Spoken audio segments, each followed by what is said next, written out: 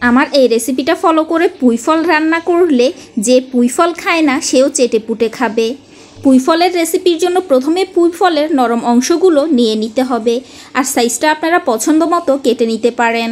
মাছ ভাজার পর কিছু তেল অবশিষ্ট ছিল, সেই তেলের মধ্যে দিয়ে দিচ্ছি পেঁয়াজ কুচি। পেঁয়াজ কুচিগুলো সফট হয়ে ভাজা হয়ে গেলে এর মধ্যে দিয়ে দিব কিছু চিংড়ি মাছ। চিংড়ি মাছগুলো দিয়েও নেড়ে চেড়ে ভেজে নিব। চিংড়ি মাছগুলো যখন ভাজা হয়ে যাবে তখন আমি এর মধ্যে দিয়ে দিচ্ছি হাফ চা চামচ রসুন বাটা।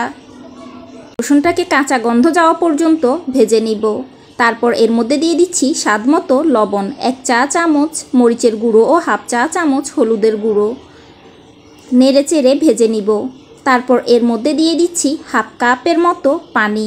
পানিটা দিয়ে ঢাকনা দিয়ে আমি এটাকে ভালো করে কষিয়ে নিব যতক্ষণ পর্যন্ত না এর উপরে তেল ভেসে উঠে।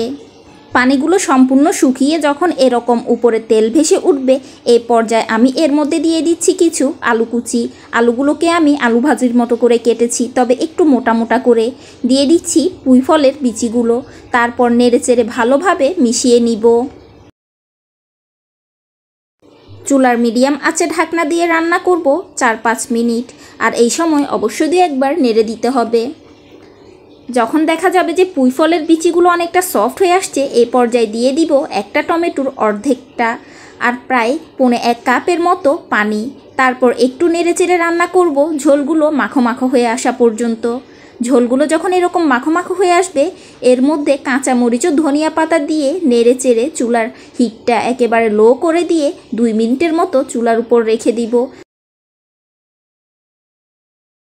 চুলা থেকে নামিয়ে গরম গরম সার্ভ করুন মজাদার পুঁইফলের বিচির ভুনা রেসিপি।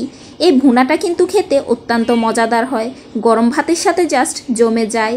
তাই দেরি না করে আজই ট্রাই করুন আপনার প্রিয়জনের জন্য। আল্লাহ হাফেজ।